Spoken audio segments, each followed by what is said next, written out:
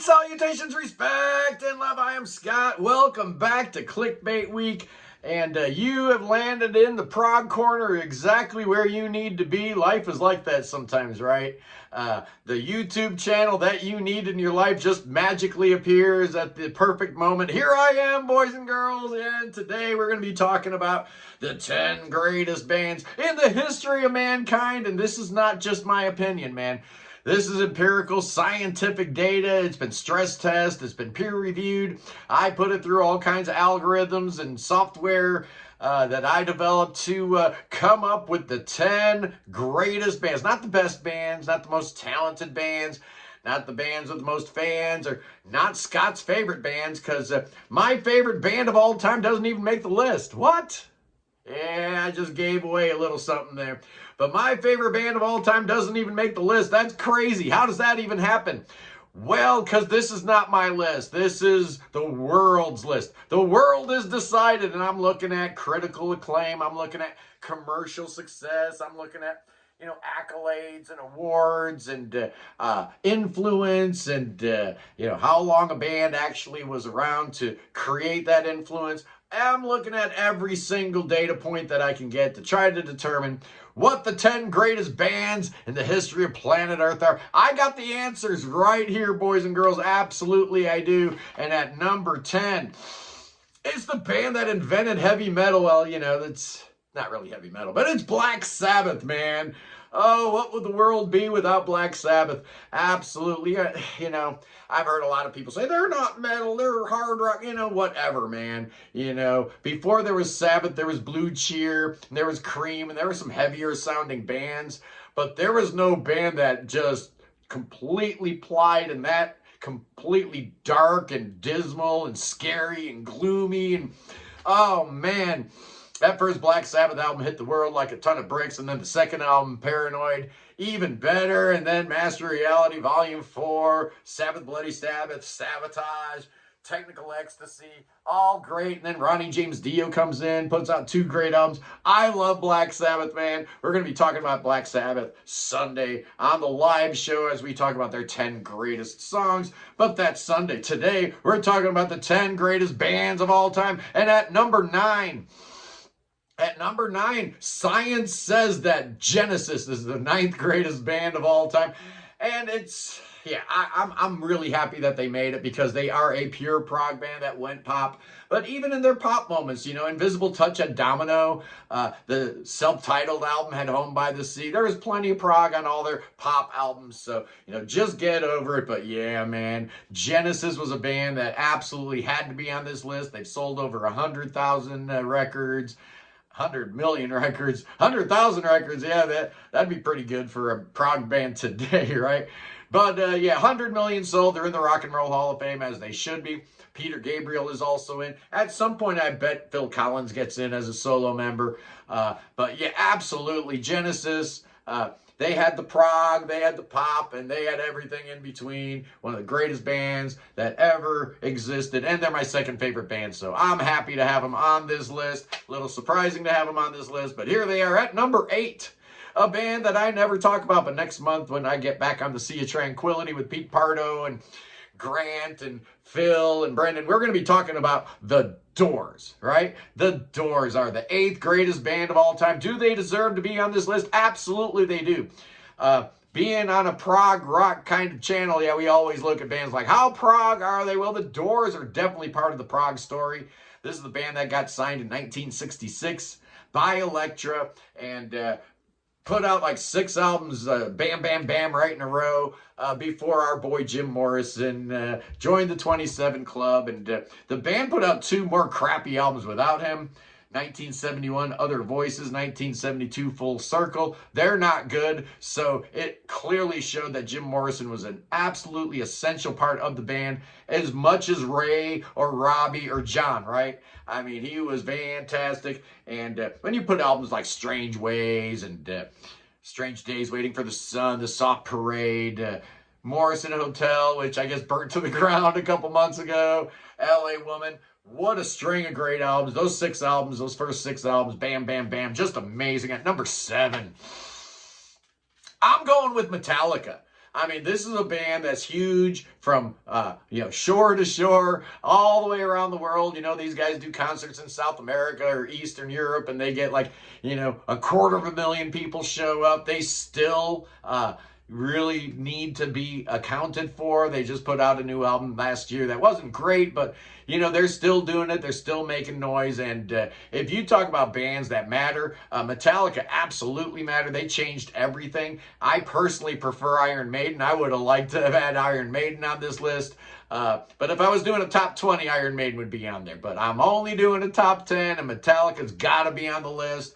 Absolutely, they do. Me personally, I'm the guy that thinks their first 5 albums are as good as anything anybody else has ever done. I just love Kill 'Em All and Ride the Lightning, Master of Puppets, and Justice for All. Even the Black Album, I mean, for what it was, a radio album of heavier rock tunes, absolutely perfect, man. Absolutely amazing. They fell off the cliff after that, and I really don't care about them. But they are one of the 10 biggest bands in the history of mankind, and they absolutely deserve to be on this list at number 6, perhaps a little low. There's been a lot of revisionist history about this band, and we're talking about Queen. Yeah, the Queen train is running hardcore down the tracks, man, with, movies about Freddie and, all this kind of stuff, glorifying Queen and, Adam Lambert keeping the legacy going. What a great voice he has. The perfect choice to replace Freddie. Not Paul Rogers. That didn't make any sense at all. But, when we were talking about the greatest rock and roll bands of all time, you have to talk about Queen. I mean, just look at that Live Aid performance, man. I never got to see Queen live. The closest thing I got was watching that Live Aid with like 500 million other people. And he's playing that crappy song Radio Gaga, and he's got like 500 million people eating right out of his hand, man. He's singing a terrible, awful song, and everybody in the world's listening to it and loving it. Freddie Mercury, probably the greatest frontman of all time. Brian May, absolutely genius. Yeah, Queen makes the list. They have to make the list. Absolutely. At number 5, I'm going with The Who. Oh, yeah, you got to have The Who on here. There's been all this rigmarole about, Ringo Starr's son getting fired and then coming back in the band and getting fired again. We're talking about old school Who. Nobody cares about, these dinosaurs, 80-year-old guys getting up on stage trying to get it done. I saw The Who way back in 1980, and I got backstage passes, so I was really excited, and the Clash were opening for him, and the minute I realized that Pete Townshend was absolutely a rock god was when the crowd was like throwing stuff at Joe Strummer and Mick Jones and Paul Sydenham up there opening for The Who, and nobody was digging the Clash, and about like after the second or third song, Pete comes out on stage, grabs the microphone and says, "Hey, look, I handpicked this band to open for this tour. Listen to them. They're the greatest band in the world." That was Pete Townshend calling the Clash out. And I almost put the Clash on the list too. They probably would have been number 11. But they didn't make the list. The Who absolutely makes the list. Quadrophenia and Tommy alone give them that right. But, Who's Next is probably the pinnacle of classic rock, if ever there was one. At number 4... it's getting really icy up here, man. I'm talking about the Rolling Stones.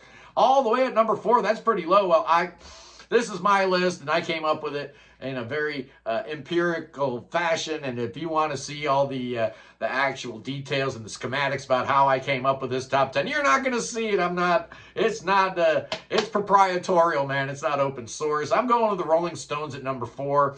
This is a band that stood the test of time.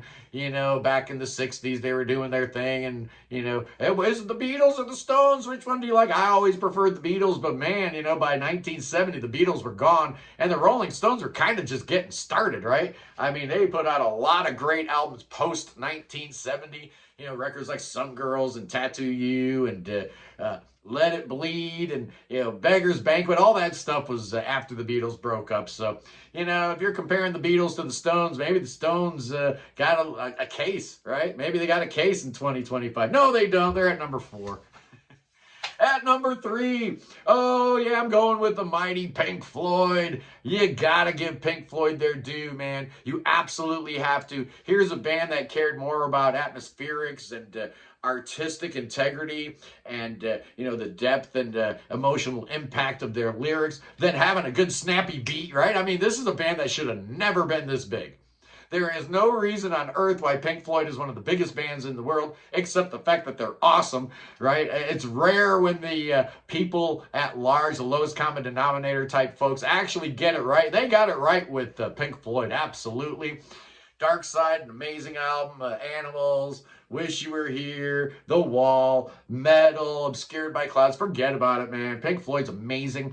And, Roger Waters' a little crazy right now, but David Gilmour is still putting out great music. Nick Mason's still touring around. And Pink Floyd will never die, man. Every time I go into Walmart, I see like 5 or 6 clowns wearing a Pink Floyd t-shirt. Yeah, I wish that were Yes or Emerson, Lake and Palmer. But hey, it could be worse, man. The fact that Pink Floyd is so popular in 2025, it just warms my little heart. It really does. At number 2 for the greatest band in the history of mankind, I'm going with Led Zeppelin. On some days, I will argue that Led Zeppelin is the greatest band that ever existed. They had everything. Everything you want from a rock and roll band, man. They had that bluesy, roots, foundational kind of stuff. They had the prog. They had the folk. They had everything going on, man. And if you put together a lineup like, who do I want on drums? If I'm starting a band, who do I want on drums? John Bonham's probably first on my list, man. He just is. And then who do I want as a lead singer? Robert Plant's probably way up on that list. Who do I want as a guitar player, songwriter, producer? Jimmy Page is going to be right there. And you need the glue guy, right? You need that 4th member that can do everything. John Paul Jones is absolutely that guy. So when I look at position players and I look at their discography, I don't find a flaw. I find absolutely zero fault in anything Led Zeppelin ever did, except the fact that John Bonham died. How dare you?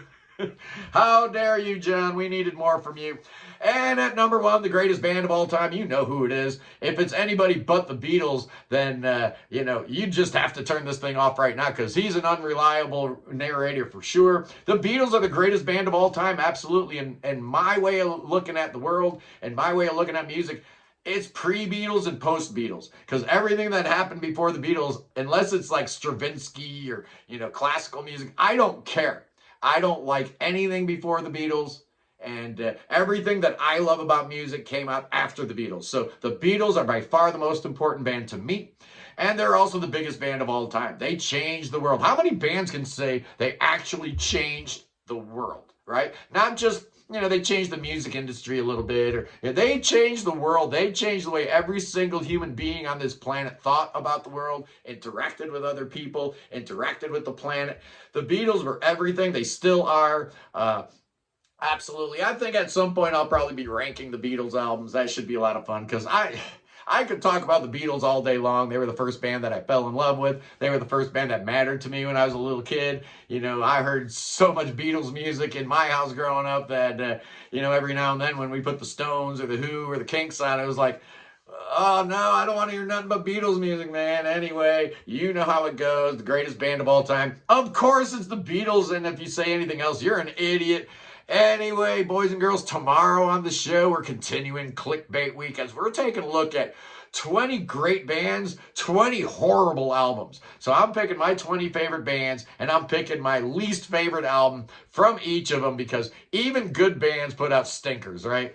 Almost every band in the history of mankind has put out a bad album, so we're going to be exploring those. Anyway, boys and girls, I love you so much. Oh, it warms my heart just to think that I've got over 14,000 subscribers that watch my channel and watch my videos and stuff. So please, if you like what you're seeing here, hit the like button, hit the subscribe button.